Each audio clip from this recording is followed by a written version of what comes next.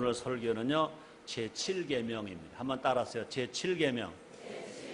제7계명. 지난주일 설교는 제6계명이었습니다. 제6계명. 한번 따라하실래요? 계명. 하나님 계명. 좋아요, 안 좋아요?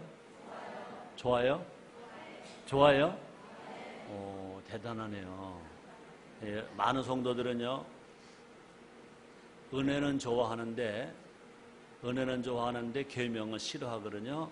그럼 건강한 신앙이 아니에요. 계명이 없으면 기독교 신앙이 아니에요. 계명이 없으면 하나님이 아버지가 아니에요. 계명이 있어서 기독교 신앙이고, 계명이 있어서 하나님이 아버지가 되시는 줄 믿습니다. 예수님께서도 요한복음 14장 15절에 이렇게 말씀하셨어요. 너희가 나를 사랑하면 나의 계명을 지키라 그랬습니다. 무슨 소리 나잖아요? 왜 나죠? 네? 에어컨. 이게 나야 돼, 이렇게? 어떻게 안 나게 해봐. 기계실 씨.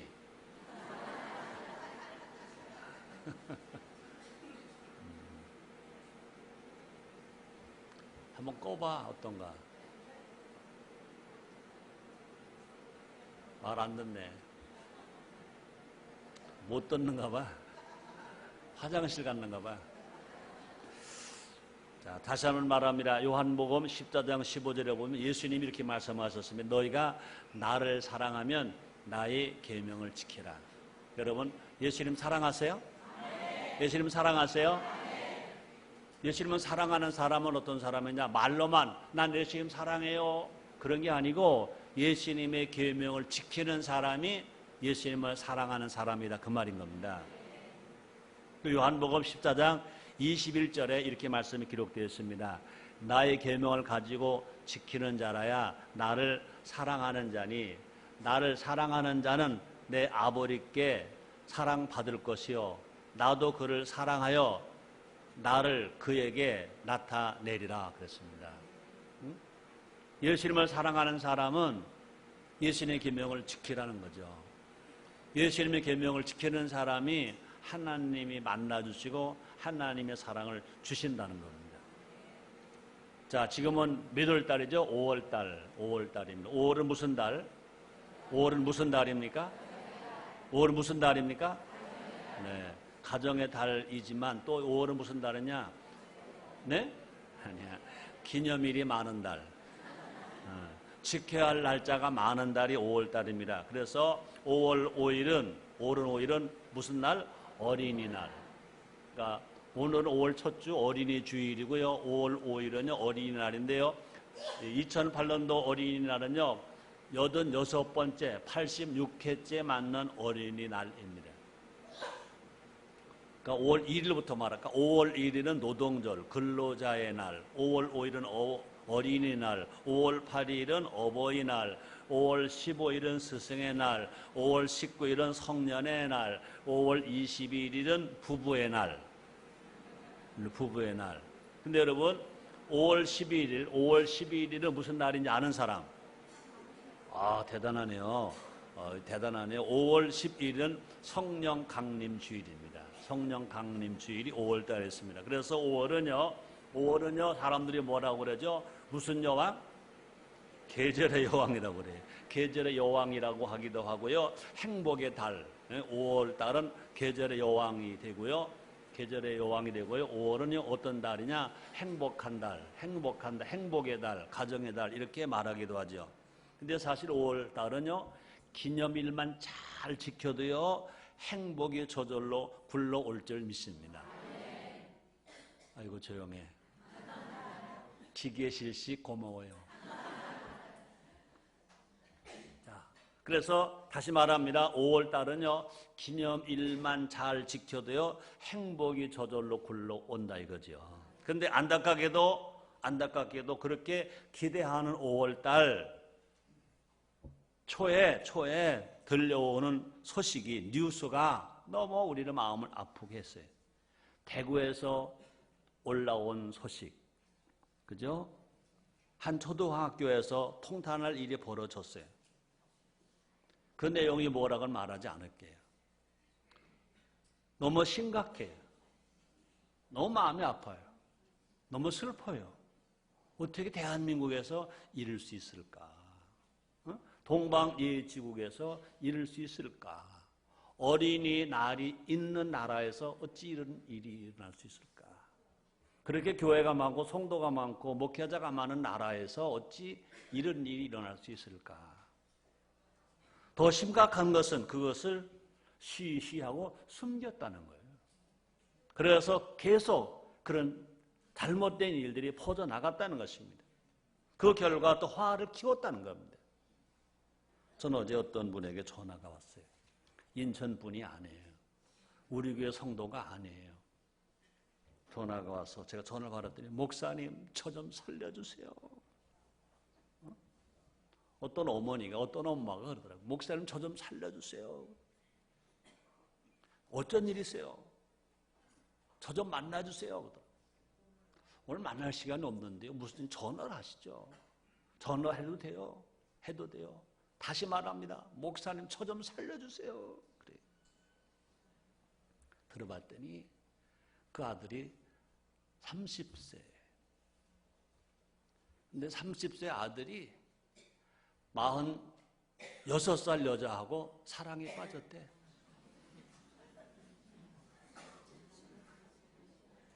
근데요, 더 놀라운 거는요, 그 아들은 어느 찬양 단체에서 찬양하는 사람입니다.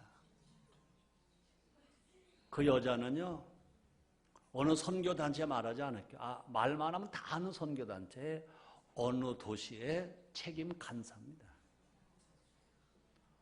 이름 있는 선교단체의 책임 간사, 46살 먹은 여자가 30살 먹은 남자하고 사랑에 빠졌어. 그 엄마가 울면서 목사님 나 좀 살려주세요. 나 좀 살려주세요. 어떻게 하면 좋아요? 어제 제가 받은 전화예요. 우리 사회 어떻게 하다가 이 지경 되었는가? 어떻게 하다가 이 지경 되었는가?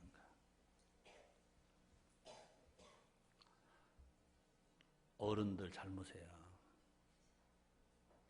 부모 잘못이에요. 또 구체적으로 말하면요, 한국 교회 잘못이에요. 목사들 잘못이고요, 성도들 잘못이에요.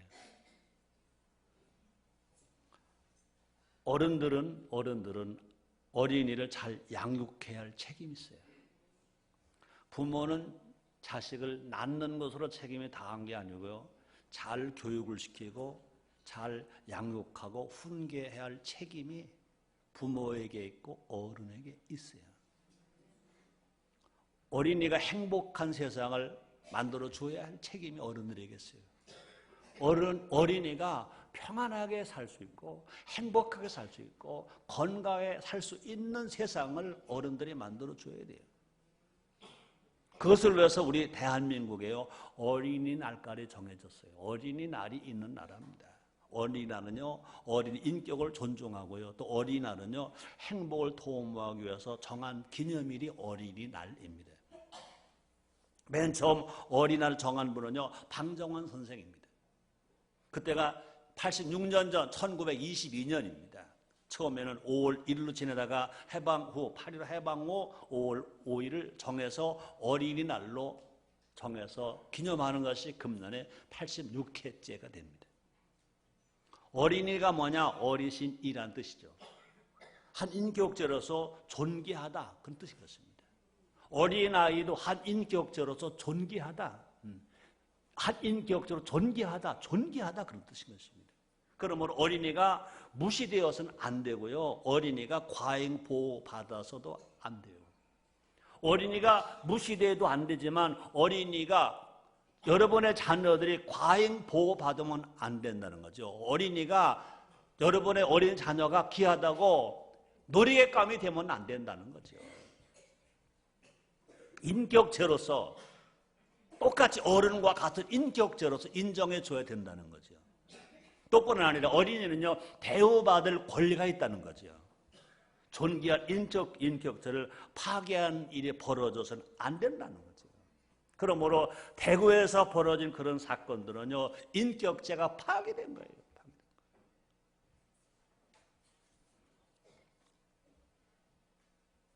어떻게 살아가야 할까?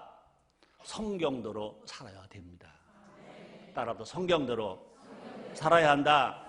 그렇으면 성경에 기초하여 삶의 기본을 점검해 봐야 됩니다. 어떻게 해야 어린이가 어르신으로 존경받을 수 있을까?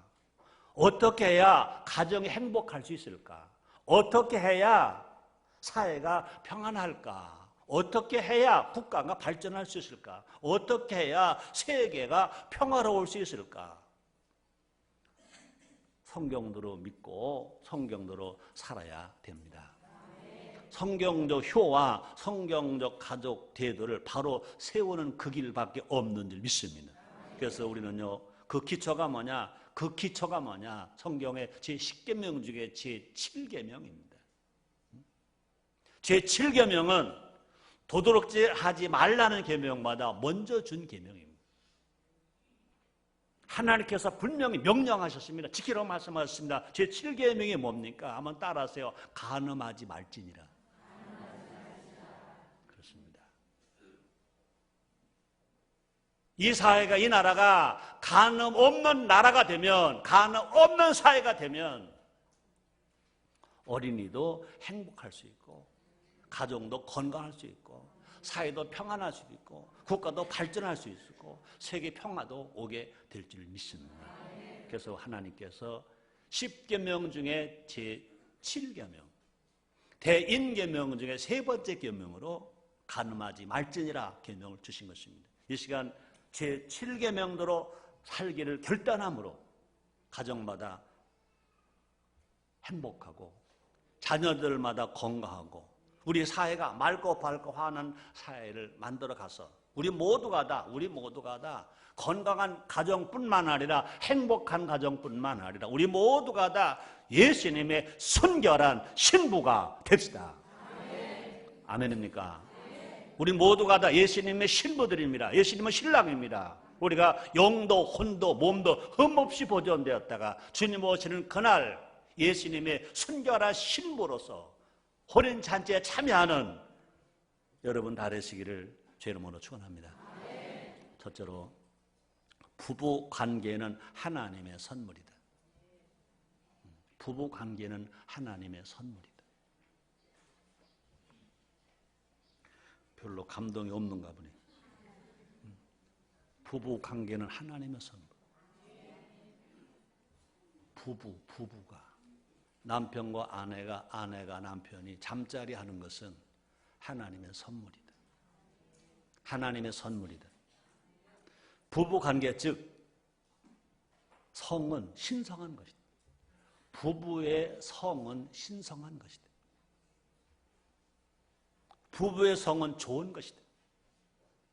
부부간의 성은 하나님의 선물입니다. 볼까요? 창세기 2장 24절에 이렇게 말씀하십니다. 그러므로 남자가 부모를 떠나 그 아내와 연합하여 둘이 한 몸을 이룰지로다. 이것이 뭐냐? 하나님의 선물입니다. 부부가 한 몸을 이룰 때 크게 세 가지 기쁨이 있다고 말합니다. 첫째가 뭐냐? 교제의 기쁨입니다. 부부관계는 가장 친밀한 교제다. 제일 친밀한 관계가 부부관계다.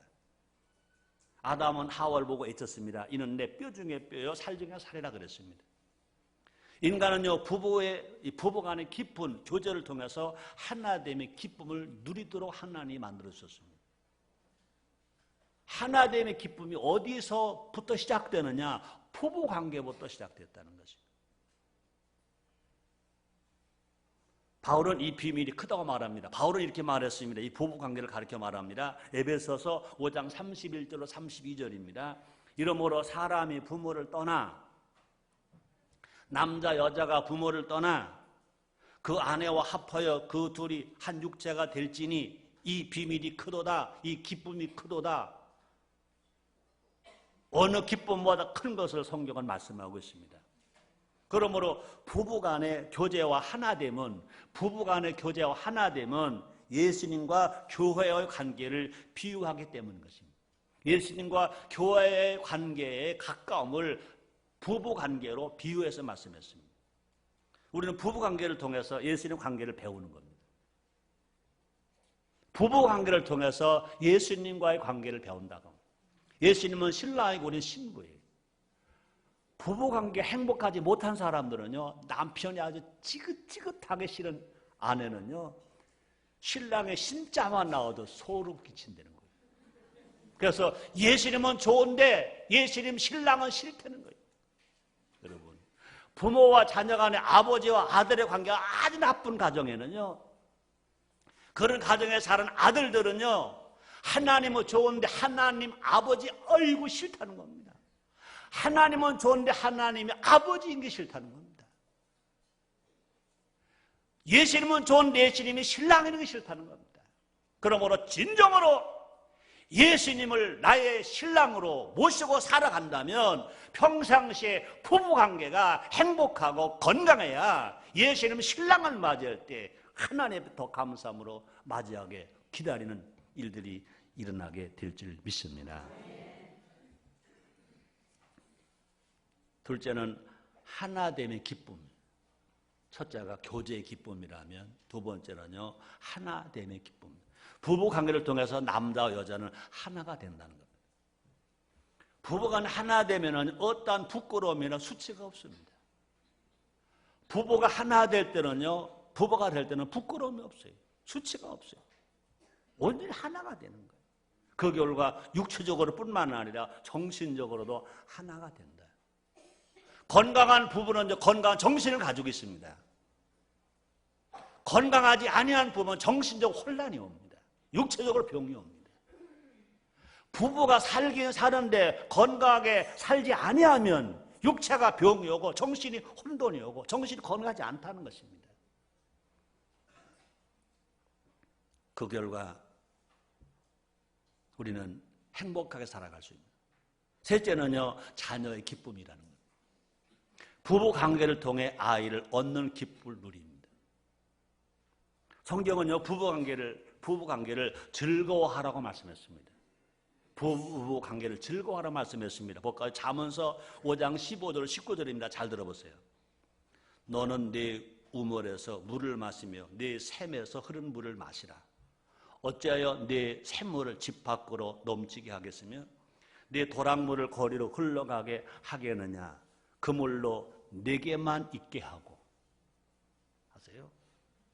여기 물이 뭐냐, 샘물이 뭐냐, 아내를 가리킵니다. 네게만 있게 하고 타인으로 더불어 그것을 나누지 말라. 내 샘으로 내 샘으로 복되게 하라. 내가 젊어서 취한 아내를 즐거워하라. 젊어서 취한 아내를 즐거워하라. 조강지초로 즐거워하라. 그는 사랑스러운 안사슴 같고. 내가 설교 만드는 거 아닙니다. 주일날 내가 설교를 만들겠습니까? 성경을 지금 전해주는 겁니다. 그는 젊어서 취한 내 아내는 그는 사랑스러운 암사슴 같고 아름다운 암노루 같으니 아름다운 암노루 같으니 너는 그 품을 항상 족하게 여기며 그 사랑을 항상 연모하라. 성경이 가르치는 부부관계입니다. 성경은 예수님이 천당 가라 그것만 말하지 않습니다. 예수님이 그 기도 응답받아라 그것만 말하지 않습니다. 부부관계가 얼마나 소중한 것이냐, 부부관계를 얼마나 깨끗하게 할 것이냐를 분명히 말씀해 주고 있습니다. 자, 그러나 반대로 그렇지 않으면 악한 마귀가 틈을 노린다고 말합니다. 그렇지 않을 때 볼까요? 고린도전서 7장 5절 말씀이 있습니다. 바울이 한 말입니다. 서로 분방하지 말라. 잘 들으세요. 뭐 너무 신랑하다고요? 뭐 기도 많이 한다고요? 이유를 내지 마세요. 성경은 분명히 말씀합니다. 서로 분방하지 말라. 다만 기도할 틈을 얻기 위하여 합의상, 그것도 합의상입니다. 남편이 듣든지 말든지 나 기도하러 가. 그러지 말라는 겁니다. 남편과 합의상 얼마 동안은 하되 그것도 얼마 동안이라는 것이 몇 년 아닙니다. 얼마 동안 하되 다시 뭐하라? 뭐하라? 합하라. 합하라. 이는 이렇게 하는 것은 너희 절제 못함을 인하여 사탄으로 너희를 시험하지 못하게 하려 함이라. 음란한 죄에 빠지지 않게 하려 함이라. 간음죄에 빠지지 않게 하려 함이라. 주님 주시는 하나님의 음성으로 들으시기를 바랍니다. 부부는 한 몸입니다. 한 몸입니다. 요새요, 자녀 교육을 해서 기러기 아빠, 뭐 펭귄 아빠, 또 무슨 아빠? 무슨 아빠 있다고 그러죠? 그 성경은 절대 원하지 않습니다. 자녀 교육 때문에 부부가 떨어진다. 하나님은 너! 아닙니다.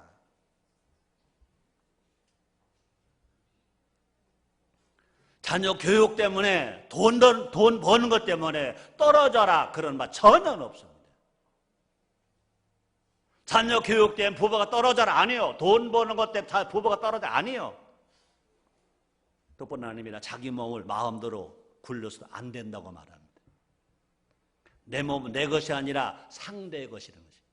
아내가 볼 때 아내의 몸은 아내 것이 아니라 남편의 것이고 남편의 몸은 남편의 것이나 아내의 것이라고 말합니다. 볼까요? 고린도전서 7장 3절 4절입니다. 바울이 말했습니다. 남편은 그 아내에게 대한 의무를 다하고 아내도 그 남편에게 그렇게 할지라. 아내가 자기 몸을 주장하지 못하고 오직 그 남편이 하며 남편도 이와 같이 자기 몸을 주장하지 못하고 오직 그 아내가 하나니. 한국교회 성도들이 정신 바짝 차리고 저 혼자 신령한 척 하지 말고 성경으로 돌아와야 될 줄 믿습니다. 남편과 아내는 한 몸, 남편과 아내는요 몸도 마음도 영혼도 하나가 되어야 된다는 것입니다. 그것이 건강한 가정, 그것이 건강한 신앙, 그것이 행복한 삶의 원천인 것을 말씀합니다. 자, 돈은 많은데 부부가 낯설다면 많은 돈으로 죄만 질 것인 것입니다. 부부는요, 다시 말합니다. 하나님의 은총이에요. 하나님의 은총입니다. 부부 관계는요, 하나님의 선물입니다. 부부가 하나님의 선물. 부부 관계는요, 부부의 성생활은 신성한 겁니다. 신성한 겁니다. 절대 부끄러운 게 아닌 것입니다. 일평생 남편만을, 일평생 아내만을 즐거워하며 기뻐하며 행복하게 사는 우리가 됩시다. 두 번째입니다. 간음은 멸망의 지름길이다. 하나님은요, 간음하지 말라 명령하셨습니다. 간음하면 불순종입니다. 불순종하면 멸망이 옵니다. 똑같이 간음도 마찬가지인 것입니다. 그래서 출애굽기 10장 14절입니다. 간음하지 말지니라. 간음하지 말지니라. 하나님의 명령인 것입니다. 근데 간음은 악인데 그냥 악이 아니라 큰 악이라는, 큰 악. 간음은 큰 악이라고 말합니다. 보디발의 부인 요셉을 유혹합니다. 요셉의 단어에 거절하면서 그 이유를 이렇게 말합니다. 창세기 39장 9절 하반절에 보니까 내가 어찌 이 큰 악을 행하여 하나님께 득지하리까. 간음하는 죄는 그냥 악이 아니라 큰 악이라고 말했고, 간음하는 죄는 그 남자와 여자의 관계만이 아니라 하나님께 득지한다. 하나님께 죄를 지는 겁니다. 부모 공경이 하나님을 섬기는 것처럼 간음하는 것은 하나님께 죄를 짓는 거다 말합니다. 이 구절에 굉장히 중요한 말씀이 있습니다. 요셉은 간음을 하나님께 범죄하는 것이라고 말했다 이것이. 다윗도 마찬가지인 것입니다. 밧세바와 간음했을 때 다윗이 이렇게 고백합니다. 사무엘하 12장 13절 상반절입니다. 다윗이 나단에게 이르되 내가 여호와께 죄를 범하였노라. 다윗은요, 밧세바의 아내에게, 우리아의 아내 밧세바에게 죄를 범했습니다. 우리아의 아내 밧세바에게 죄를 범했는데 다윗은 말하기를 내가 하나님께 죄를 범하였노라. 왜? 하나님이 명령하신 것을 안 지켰기 때문에 하나님께 범죄했다 그랬습니다. 시편 51편 4절에 이렇게 말합니다. 이것도 다윗이 한 말입니다. 내가 주께만 범죄하여 주의 목전에 악을 행하였사오니. 우리 아내 밧세바에게 간음한 다윗 왕이 내가 죽게 범죄했다, 주님께 범죄했다 그랬습니다. 세상은 간음을 남녀 간의 문제로만 봅니다. 당사자들의 문제로 봅니다. 그러나 성경은 간음은 하나님과 우리와의 문제로 봅니다. 하나님께 죄짓는 겁니다. 하나님 앞에서 악을 행하는 것인 것입니다. 하나님 결코 이 큰 악을 그냥 두지 않는다고 말씀하십니다. 히브리서 13장 4절에 이 구약이 아니고 신약의 말씀입니다.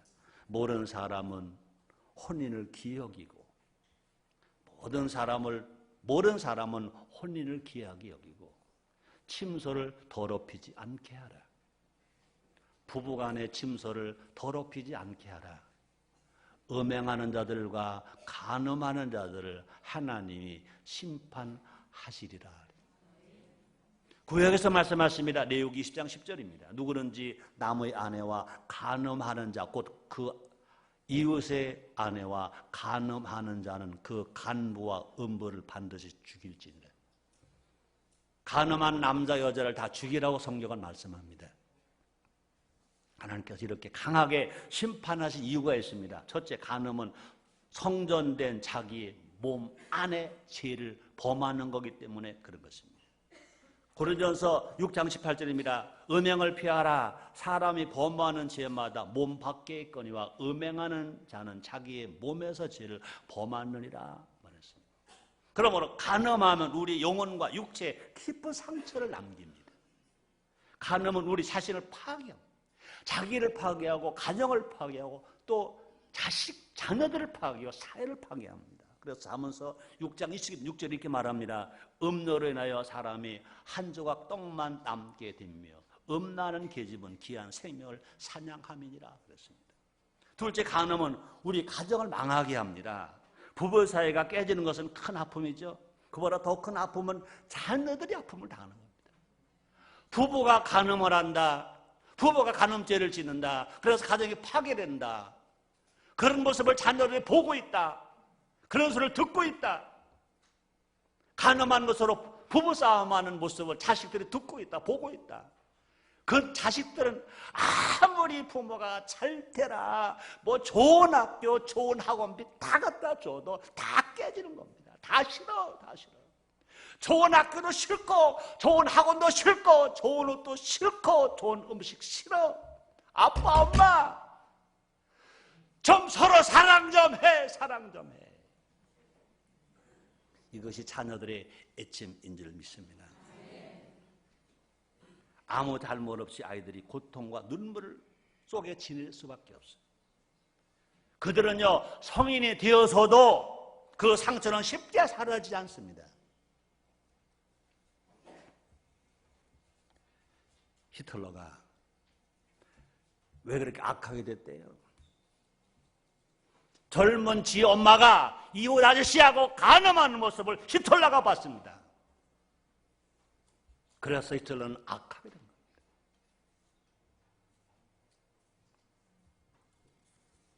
셋째, 간음은 사회와 나라를 망하게 합니다. 소돔과 고모라의 멸망 원인 음행입니다. 로마 제국의 멸망 원인 중 하나도 성적 타락입니다. 아무리 부강한 나라라도요, 성적으로 타락하면 무너집니다. 다윗과 밧세바의 범죄도 비슷한 결과를 가져왔습니다. 다윗이 우리아의 아내 밧세바를 범하는 간음죄를 졌습니다. 충성스러운 장군 우리아가 죽었습니다. 거기서 태어난 아기가 죽었습니다. 한 가정이 깨졌습니다. 후일 정치적 혼란이 왔습니다. 다윗이 정치할 때는 괜찮았지만 그 후에 그 가문이 무너지고 나라가 망하는 일이 일어났습니다. 우리는 간음해서는 안 됩니다. 출애굽기 10장 14절입니다. 간음하지 말지니라. 이 한국 사회가, 한국 교회가 이것을 강하게 외쳐야 되는데 예수 믿고 구원받으라, 성령 받고 능력 받으라, 기도하면 응답받는다, 좋은 거만 해서 좋은 걸 많이 먹고 많이 받았는데도 이 사회는 척고 무너지고 흐트러지고 깨지고 파산되고 어려움이 많이 옵니다. 왜? 가늠하니까.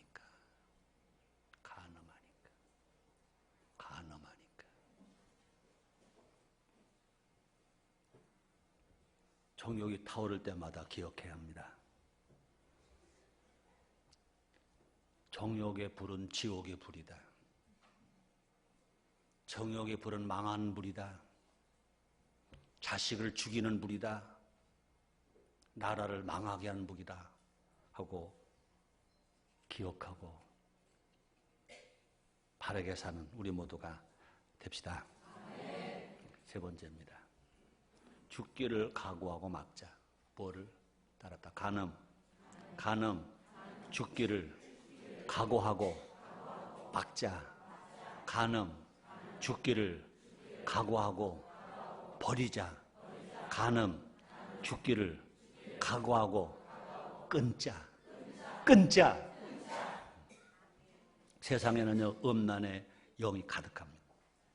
텔레비전을 봐도 그렇고 인터넷을 봐도 그렇고 음란물이 막 쏟아집니다. 음란물은요, 핵폭탄보다 더 큰 피해를 불러올 것입니다. 가장 순수해야 할 아이들까지도 음란에 젖어 있다는 것입니다. 그래서 이 시대가 소돔과 고모라 성 같다는 겁니다. 어쩌면 소돔과 고모라보다 더 타락해지고 있다고 말합니다. 막아야 합니다. 그냥 세상이 그러니까가 아니라, 남도 그러니까가 아니라 막아야 돼요. 막아야 합니다. 어떻게 막을까? 죽기를 각오하고. 여러분, 돈 버는 사람이 죽기를 각오하고 돈 벌잖아요. 사업하는 사람 죽기를 각오하고 사업하잖아요. 전쟁터에 나간 사람 죽기가 전쟁하잖아요. 그것보다 더 중요한 것이 뭐냐? 간음과 음란을 막는 일에 죽기를 각오하고 막아야 될 줄 믿습니다. 그냥 내버려두면요, 살아남을 자 아무도 없어요. 나만 깨끗하다고 생각하면 착각인 것입니다. 운전할 때요, 나만 조심하면 됩니까? 상대가 와서 봤는데. 혹 내 자신은 지켜도요, 아이들은 누가 지키겠습니까? 아무 힘없는 아이들을 유혹과 폭력 앞에서 그냥 무너져 가고 있잖아요. 모두가 온 사회가, 온 나라가, 온 교회가 일사각오의 자세로 음란의 영을 물리쳐야 될 줄 믿습니다. 세 가지를 실천합시다. 첫째, 개인적으로는 피해야 합니다. 간음은 싸워서 이길 죄가 아니라 피해야 될 죄라고 말합니다. 디모데후서 2장 22절 상반절입니다. 또한 내가 청년의 정욕을 피하고 그랬습니다. 고린도전서 6장 16절 상반절에 보니까 음행을 피하라 그랬습니다. 나는 괜찮아, 이길 수 있어라고 자신해서는 안 된다는 것입니다.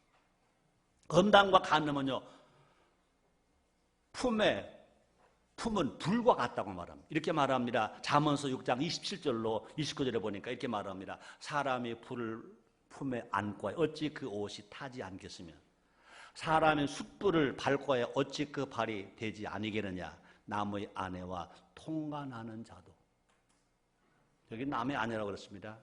지금 사연이 그것만이 아닙니다. 남의 남편과 통간하는 자도 같이 들어가야 됩니다. 이와 같을 것이라. 무릇 그를 만지기만 하는 자도, 다른 남편을, 다른 아내를 만지기만 하는 자도 성경에 말합니다. 이와 같을 것이라. 무릇 그를 만지기만 하는 자도 죄 없게 되지 아니하리라. 남의 남편을 음란한 마음으로, 간음한 마음으로 남의 아내를 만지기만 해도 성경이 우리에게 주는 교훈인 것입니다. 오늘 제가 어려운 설교합니다. 여러분, 듣기 힘든 설교합니다.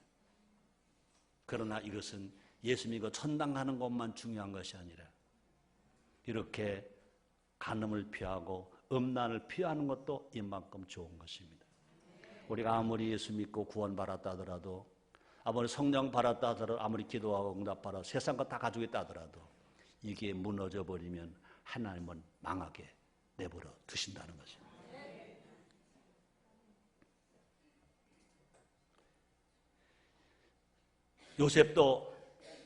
요셉도 보디발의 아내가 유혹할 때 어떻게 했습니까? 도망갔습니다. 옷도 주고 도망갔습니다. 둘째, 교육적으로는 성경적 효를 가르쳐야 될 것입니다.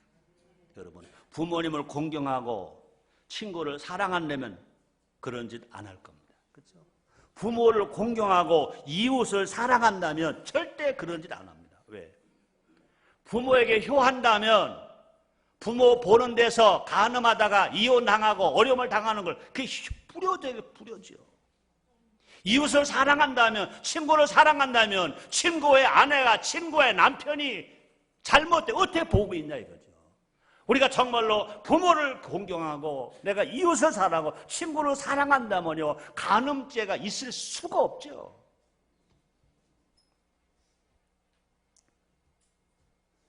말씀이 마음판에 있다면 유혹이 와도 물리칠 수 있습니다. 오늘날 우리의 교육은 지식만 있고 사람됨이 없어요. 사람됨이 없어요. 한국교도 마찬가지입니다. 구원받고 복받는 것만 할 것이 아니라 어떻게 바르게 살 것인가를 가르쳐야 되고, 여러분 마찬가지입니다. 예수 믿고 복받는 말씀만 듣고 아멘 하지 말고 바르게 살겠다고 바르게 살을 가르칠 때 다른 데서 못 가르치는 교육을 받을 때 아멘 아멘 아멘 더 기뻐하고 더 감사하고 아멘하는 신자가 되어야 우리 모두가 다 행복하고 건강하게 살게 될 줄 믿습니다. 효를 가르쳐야 됩니다. 우리 순복음인 증기 7대 사명, 하나님을 아버지로 섬기자, 부모 어른 스승을 공경하자, 어린이와 청소년과 제자를 사랑하자. 여러분, 어린이와 청소년을 사랑한다면 어찌 어린이들에게, 청소년들에게 그런 나쁜 범죄를 하겠습니까? 가족을 사랑하자, 남편을 사랑하고 아내를 사랑한 어찌 간음을 하겠습니까? 그죠? 나라를 사랑하자, 환경을 보호하자, 이웃을 사랑하고 인류를 봉사하자 하면 어째 그런 범죄가 나오겠습니까? 우리 모두가 다 음란이 아니라 사명으로 충만한 아이들로 기릅시다. 셋째 교육입니다. 사회적으로는요, 서로를 책임지는 자세가 돼야 됩니다. 어른들이 돈 벌기 혈안이 되어 있습니다. 그 결과 아이들이 보지 말아야 할 것을 봅니다. 어른들은요, 돈 벌었냐면 미쳤어요. 자식이 누구를 만나는지, 어떤 영상을 보는지, 어떤 제약에 빠져는 무관심합니다. 아이들은 듣지 말아야 할 것을 듣습니다. 심지어 뉴스까지 선정적인 보도를 서슴지 않습니다. 성경은 음행이라는 그 이름이라도 부르지 말라는 것. 에베소서 5장 3절입니다. 음행과 온갖 더러운 것과 탐욕은 너희 중에서 그 이름이라도 부르지 말라. 이는 성도의 마땅한 반이라. 오늘 설교 제목을 제가 간음하지 말지니라고 안 했습니다. 제7계명이라고 했습니다. 설교 제목이 간음이라는 말에 들어간 거 싫어서. 여러분, 음행이라는 말은 함부로 하면 안 돼. 근데 뉴스에서요, 이번에 대구 사건 터진 거를 뭐 YTN 같은 하루 종일 그 얘기하는 거야. 하루 종일 하는 거예요. 성경은요, 알 권리보다 더 중요한 것이 뭐냐? 백성을 바르게 인도할 책임이 더 큰 거예요. 성경은 말합니다. 그러므로 음행이란 말이나 간음이란 말은요, 입에서 말도 하지 말라는 거예요. 다시 읽어드립니다. 음행 온갖 더러운 것과 탐욕은 너희 중에서 그 이름이라도 부르지 말라. 이는 성도의 마땅한 말이라. 성도는요, 좋은 말만 해야 돼. 사랑의 말만 해야 돼. 깨끗한 말만 해야 돼. 경건한 말만 해야 돼. 정결한 말만 해야 돼. 철저하게 규제할 것은 규제해야 될 것인 것입니다. 지금 우리 사회는요, 자유가 아니라 방종이에요. 자유로운 세상이라고 그래서 자유가 아니라 뭐 방정, 지 멋대로 하는 거예요. 자유에는 뭐가 있으면 책임이 따르야 자유입니다. 책임이 없는 자유는 자유가 아니에요. 방종이에요. 방종인 것입니다. 각종 매체 보도로 모르던 사람까지 호기심을 갖고 있습니다. 그 결과 모방 범죄가 막 심해지는, 나랍니다. 죽기를 각오하고 막자. 그거 진정한 우리 아이들과 사회를 살리는 길인 줄 믿습니다. 네 번째입니다. 따라합시다. 간음을 막으면 행복하게 된다. 간음을 막으면 번성하게 된다.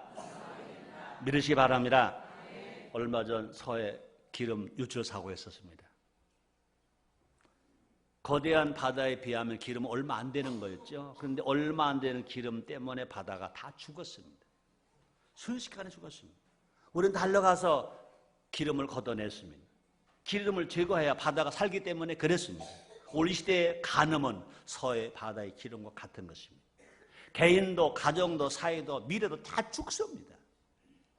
간음으로 말미암아 개인이 죽고 가정이 죽고 사회가 죽고 나라가 죽고 미래가 다 죽는다 그 말인 것입니다.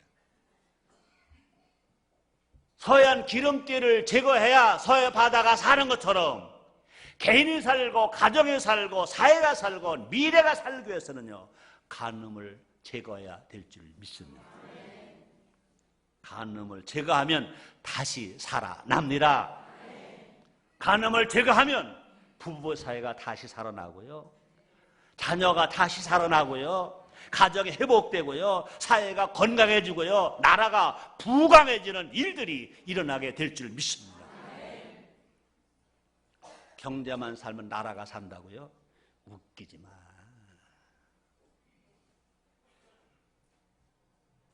경제가 살아서 간음과 음행이 판치면 나라는 더 망해. 경제 봐라, 더 먼저 살 것이 뭐냐? 성경으로 돌아와서 성경으로 살면 경제가 살고, 그렇게 산 경제는 행복으로 이어져 가게 될 줄 믿습니다.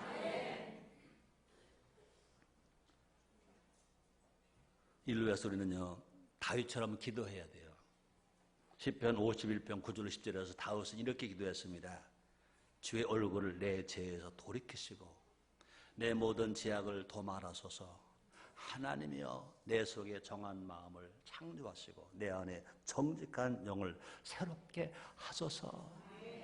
정직한 영, 성령이 임하면 간음과 음란은 물러갑니다.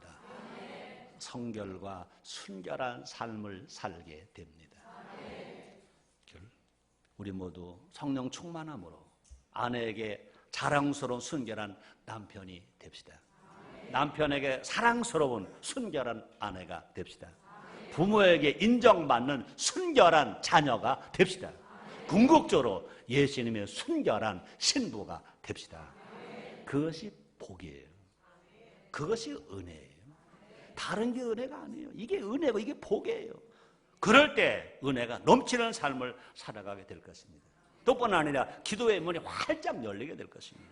또뿐 아니라 하늘의 기쁨으로 날마다 웃는 가족이 될 것입니다. 그래서 베드로전서 3장 7절에 보니까 이렇게 말합니다. 남편된 자들아, 이와 같이 지식을 따라 계명을 따라 너희 아내와 동거하고, 저는 또 연약한 그릇이요 또한 생명의 은혜를 유업으로 함께 받을 자로 알아 기억이라. 이는 너희 기도가 막히지 아니하게 하려 함이라 그랬습니다. 부부 관계가 좋으면 기도가 뚫린다고 약속을 합니다. 기도 형통은 만사 형통이 될 것입니다. 그런 가정은 번창합니다.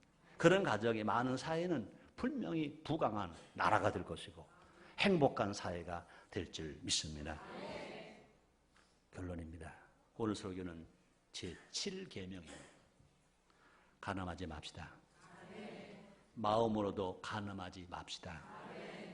마태복음 5장 28절로 30절에서 예수님 이렇게 가르쳐 주셨습니다. 난 너희에게 이르노니 여자를 보고 음욕을 품는 자마다 마음에 이미 간음하였음이니라. 만일 네 오른눈이 너로 실족해 하거든 빼어 내어버리라. 네 백체 중 하나가 없어지고 온 몸의 지옥에 던주는 것이 유익하며, 또한 만일 네 오른손이 너를 실족해 가든 찍어버리라. 네 백체 중 하나가 없어지고 온 몸의 지옥에 던지지 않는 것이 유익하니라. 하나님 짝 떼어주신 짝과 더불어 삽시다. 사랑하며 삽시다. 행복하게 삽시다. 그것이 참된 행복입니다. 기도하겠습니다. 하나님 감사합니다. 제 7계명을 주셨습니다. 성령님 도우시사 7계명을 지키고 행복한 가정, 건강한 사회를 만드는 일원들이 다 되도록 축복해 주시옵소서. 예수님의 이름으로 기도드리옵나이다.